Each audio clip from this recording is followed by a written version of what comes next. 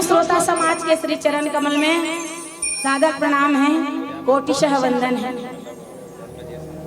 हमें श्रोता समाज बर कथा हमर मन संचालक भैया कहत रही से कतको झन मन भंडारा भात ला खा खा टरक दिस तैसे लाग से की के है ना ता जे मन भंडारा भात खा होते मन ला कीरी है ना।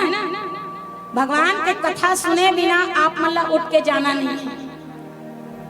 काबर की भैया मन के ऐसे व्यवस्था है कि जेन मन रामायण सुनही थे कर मन बर चाय घलो फ्री है, ऐसे की के कहा थे भैया तब भात खा हो ना तब जे मन रामायण सुनही थी मन ला चाय मिल ही कहा था। तो चाय पीना है तो बैठ के भगवान के कथा सुनो है ना। आप समस्त श्रोता समाज के श्री चरण कमल में सादर प्रणाम। आयोजक समिति के जितना भी सदस्यगण हैं आप जम्मो जन के श्री चरण कमल में रेशमी मानस परिवार सादर प्रणाम करते, कोटिशः वंदन करते। बड़े केल ग्राम के जम्मो ग्राम देवी देवता के श्री चरण कमल में सादर प्रणाम है, कोटिशः वंदन है। हमारे मन संचालक गुरुदेव जी के चरण कमल में भी सादर प्रणाम। अभी वो भंडारा भात खाए बर गए हमारे गुरुदेव जी हैं, तजे जगह हो ती जगह स्वीकार कर लो। ऐसे ही के रेशमी मानस परिवार आपके श्री चरण कमल में सादर प्रणाम करते। तो आप जम्मो जन से निवेदन है कृपया शांति बनाए रखते हुए भगवान की कथा सुनो। काबर की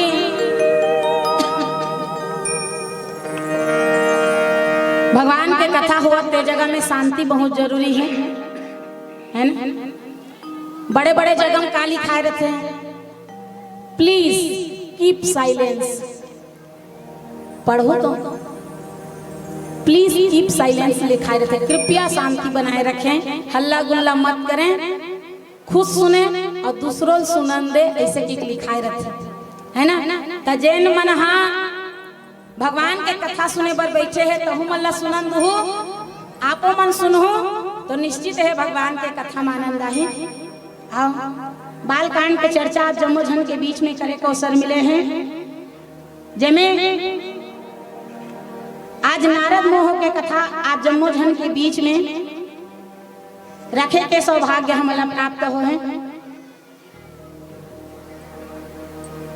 जिसमें बाबा तुलसीदास जी लिखते हैं, एक कलप यही है तू प्रभु राम लिन मनुज अवतार हो रामा सुर रंजन संजन सुफल राम हरि भंजन भूरि भार हो रामा हरि भंजन भूरि भार हो रामा हरि भंजन भूरि भार हो रामा।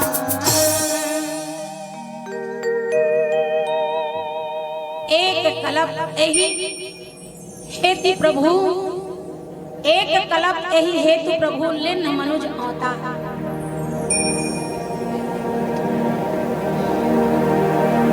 माता पार्वती ला भगवान भोलेनाथ है तो उन कथा सुनाते।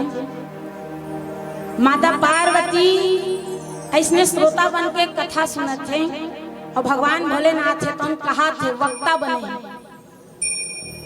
बंदों पद धरि धरनी सिरू कह कर जोरी बरहोरी, बंदों पद धरि धरनी सिरू कह कर जोरी बहोरी, बरनो रघुवर बिशब्द जसु श्रुति सिद्धांत निचोरी। माता पार्वती है तो भगवान भोलेनाथ के चरण कमल में निवेदन करते का भगवान मोला कथा सुना काकर तो राम जन्म की कथा सुनाओ, राम कथा सुनाओ कथे। और माता पार्वती ला राम कथा सुने के इच्छा कैसे हो, कैसे मन करिस माता पार्वती की महू कथा सुनते हैं के। तो एक बार भगवान भोलेनाथ निज करे दासी नागरी पुछाला। भगवान भोलेनाथ बर पेड़ के छांव में बैठे रहा है, ध्यान लगा के सुख मुद्रा में। वो समय माता पार्वती है तो भगवान भोलेनाथ के तीर में आते और भगवान भोलेनाथ का कहा करते, प्रभु आपके गला में ये मुंड के माला सदैव शोभायमान रखे, मुड़ी मुड़ी के माला पहिरे रखे। ये मुड़ी माला काका रे रखे, भगवान भोलेनाथ है तो मुड़ी माला पहिने रहा। और वो मुड़ी माला के ठन रहा है, मुड़ी बन के ठन रहा है, मुड़ी है तो 107 ठन रहा है कथे, 107 मुड़ी के माला भगवान भोलेनाथ है तो गला में धारण करे रहे कथे। माता पार्वती पूछी कि ये मुड़ी मुड़ी के माला पहने रखा थे काकर हरे प्रभु की। भगवान भोलेनाथ बताई कि ये मुड़ी के माला है तुम औ काकरो नो है पार्वती तोरे हरे कथे।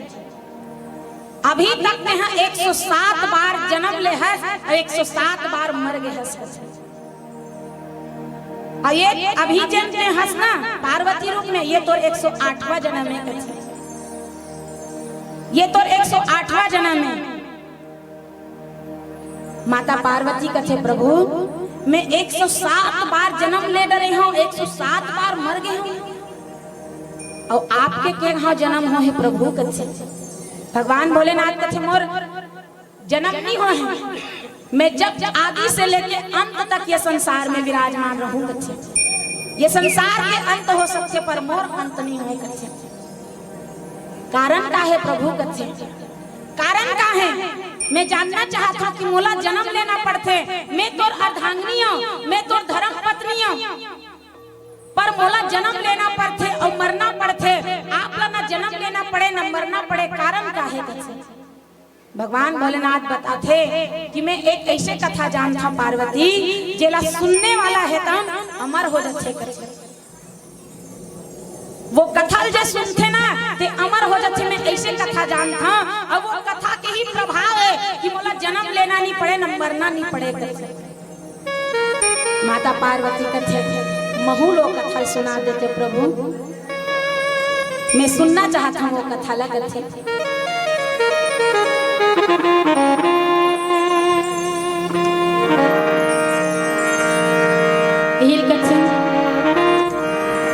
सुन के